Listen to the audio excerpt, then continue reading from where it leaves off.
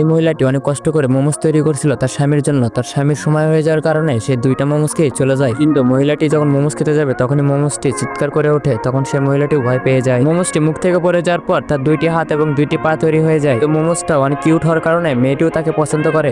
বন্ধুরা, ভিডিওটি শুরু করার আগে বন্ধু, তুমিও যদি আমার মতো এই ছবিটাকে ভালোবেসে থাকো তাহলে চ্যানেলটিতে একটি সাবস্ক্রাইব করে দিও। আর তুমি কোন ধর্মের সেই ধর্মের নামটি কমেন্ট বক্সে বলে যেও। আর বন্ধুরা, ভিডিওটাতে একটি লাইক দিয়ে যেও। চলো ভিডিওটা শুরু করা যাক।